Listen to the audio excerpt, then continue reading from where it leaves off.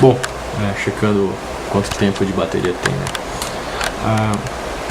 O que eu fiz agora nesse exercício? Eu fiz o exercício anterior, né? O exemplo anterior, eu falei sobre diluição de uma pilha de concentração, e eu falei também sobre o efeito do equilíbrio de uma constante de equilíbrio, né?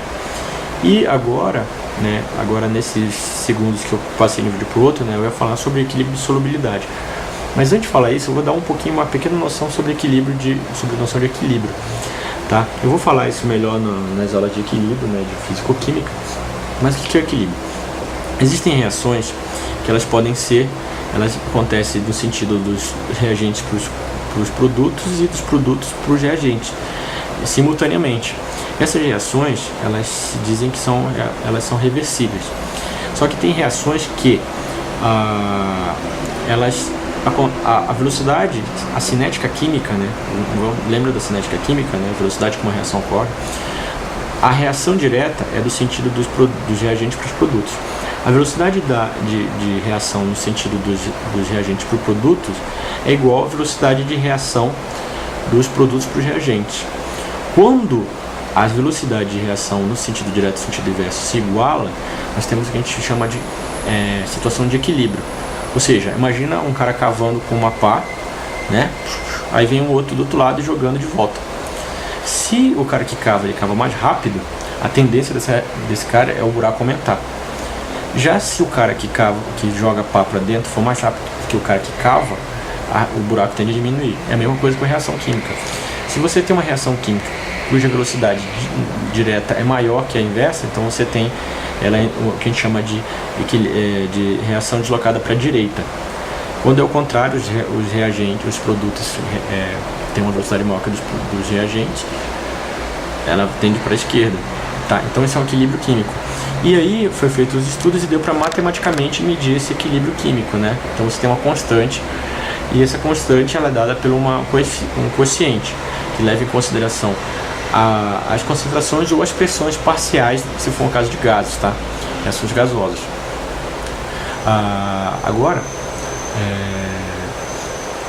o que acontece? Você consegue medir isso por esse cálculo, tá? Então existem diversos tipos de equilíbrio. Então tem aqui esse equilíbrio básico, que você tem uma reação genérica. Existe o equilíbrio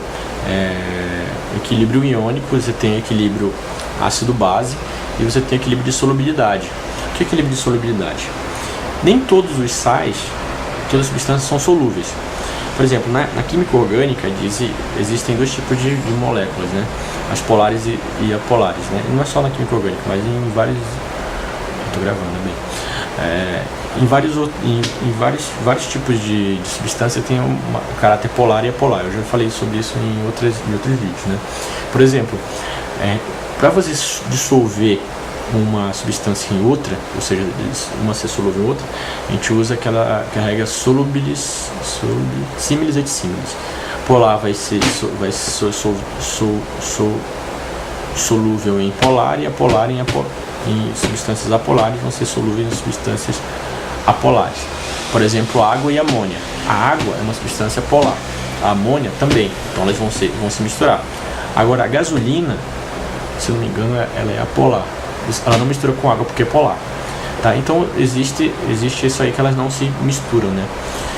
Por exemplo, tem sais, principalmente os sais de metais alcalinos terrosos, que é bário, cálcio, magnésio. Eles são insolúveis ou pouco solúveis. Acho que alguns sulfatos de alumínio, tem uma regrinha lá que tem que decorar. Não sei se eu vou conseguir falar isso para o pessoal que faz esse vestibular desse ano, mas para o próximo ano com certeza eu vou ter uma matéria completa. O que eu quero dizer? Então, por exemplo, eles são pouco solúveis. Por exemplo, se você colocar cloreto de prata, ele não é um cara totalmente solúvel. Então, uma parte dele vai se dissolver em água e outra parte não vai dissolver. Então, vai virar um pó no fundo, né? Vai ficar tudo no fundo, tá? É igual, por exemplo, o leite ninho, né? Aquele leite ninho, antes de ter o instantâneo, né? Você botava lá aquele monte de colher de leite naquela água lá, e aí fica aquelas pelotaças de leite, né? Que era bom de comer aquilo lá. minha mãe brigava comigo por causa disso. E aí ficaram mexendo e não fazia nada, né? Aquelas pelotaças. Aí inventaram o leite solúvel, daí. Então, pra você. Então, uma dica pra vocês, ó. Geralmente existem substâncias que são solúveis com aumento da temperatura. Eu, por exemplo, quando quero. Por exemplo, eu quero fazer com que o sal lá no rango ali fique. Ontem, por exemplo, eu cozinhei um milho, né? Pra comer, assistir um filme, né? Aí eu botei o sal lá. Ele vai dissolver melhor quando está quente a água, né? Porque daí você tem uma agitação de moléculas, então é mais fácil você fazer quebrar ali os íons e acontecer a dissolução. Então nem todo mundo fica solúvel, né? Então uma parte vai para o fundo e isso é totalmente dependente da temperatura. Então o que os caras definiram? Uma tal de constante de solubilidade, equilíbrio de solubilidade, produto de solubilidade, né? Então imagina que você tem aqui um cara aqui, né? Tem água, pode ser outro solvente, né? Mas é mais com água, né? Aí você joga aqui, ó, a GCl, né? Cloreto de prata. Uma parte desse cara vai ficar aqui, ó. Vai ficar em forma de íons, só, e outra parte vai ficar aqui, ó. Então definiu-se que para esse cara, desse cloreto de prata aqui, ó, tem um produto de solubilidade, a GCl, você tem Ag mais Cl menos. Porque como é que se faz aqui, ó? Você tem a GCl sólido, você vai colocar na água, pá. Aí vai formar esses dois íons, né? Então, se aqui fosse 2Ag, eu coloco 2 ao quadrado. Se aqui fosse 3Cl, 3 ao quadrado. 3 aqui, Cl, 3. E esse aqui é o valor da constante de solubilidade. Geralmente é um valor puta pequeno aqui, entendeu? O valor puta pequeno, porque se ele é pouco solúvel, esse valor é pequeno, então o produto dos íons vai ser pequeno, ou seja, poucos íons vão ter aqui, porque a maior parte está dissolvida, tá? Agora imagina que você tem uma pilha, tá? Uma pilha e feita de um sal pouco solúvel, né?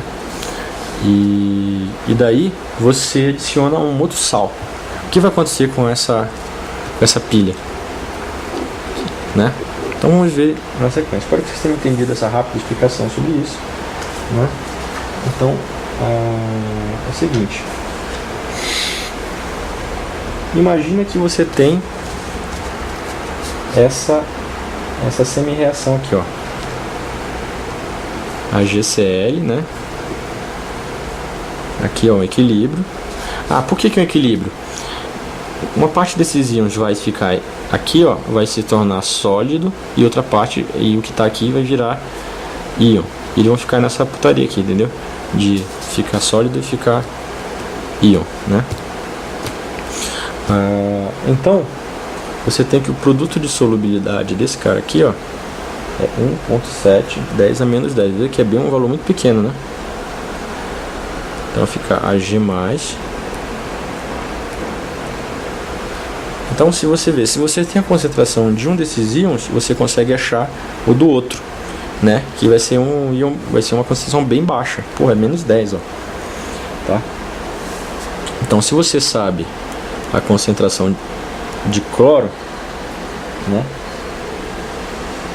Então você vai ter que é de prata 10 a menos 10 sobre a de cloro. Então se você souber isso aqui, você sabe a de prata, né? Então se você mexer, como é uma pilha, digamos aqui, ó, que é ponte salina, né?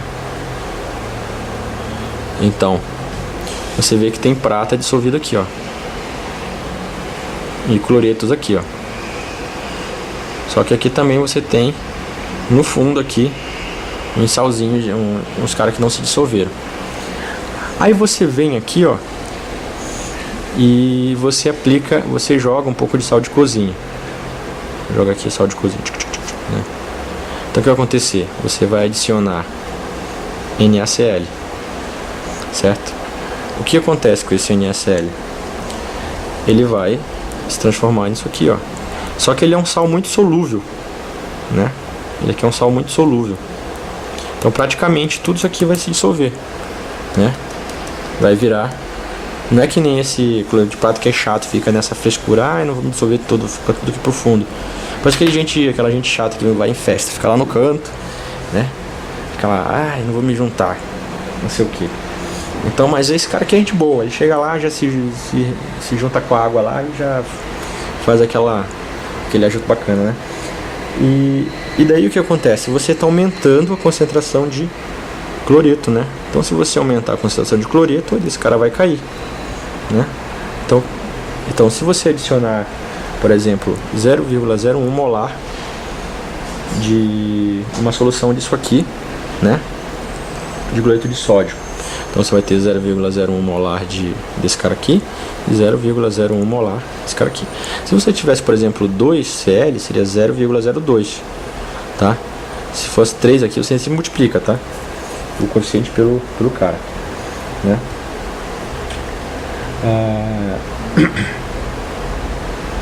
Então veja o seguinte, você colocou, deixa eu ver aqui o exemplo ali,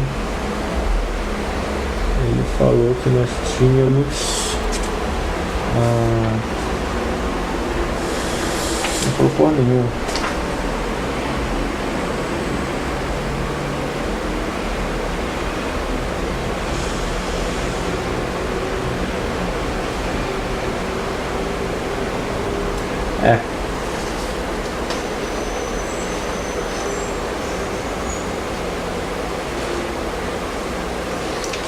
Isso, tá. Então beleza. Aí você adicionou esse cara aqui, né? Digamos que você já tinha aqui nesse cara, né, 0,01 molar de... Não tinha nada disso aqui. Então, você tinha aqui essa solução. Aí você colocou, né, o tal do cloreto aqui. Com isso, esse cloreto deu 0,01 cloros aqui a mais, ó. Você vai ter que, no fim, né, se no fim das contas a concentração de cloreto foi 0,01, então você vai ter que, essa aqui vai ser a concentração do cloro, tá? Do cloreto do íon de prata, tá? Então, o que você vai fazer? Você tem que a equação de inércia aqui para a prata vai ficar potencial padrão menos 0,059115 sobre 1, que é um, no caso da prata, a prata você tem esse cara aqui, ó, mais um elétron, então você tem em jogo um elétron, tá? Log de 1, que é a concentração do sólido, Ag+, tá? Não, desculpa, 0,5915 log da prata. Esse é o oxidante sobre o redutor, né? Deixa eu ver qual que é a regra.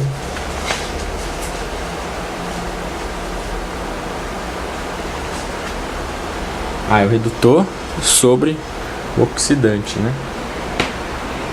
Então fica a prata aqui, tá? Então qual que é o redutor aqui é a prata, ou seja, ela se oxida. Então você tem isso aqui. Você sabendo o potencial da prata, que é 0,7991, 0,05915, vezes a concentração da prata, que é... Quanto que foi aqui? Log de 1,710 a menos 12.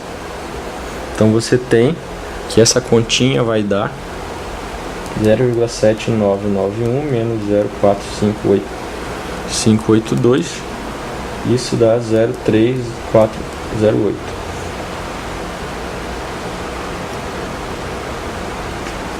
Tá?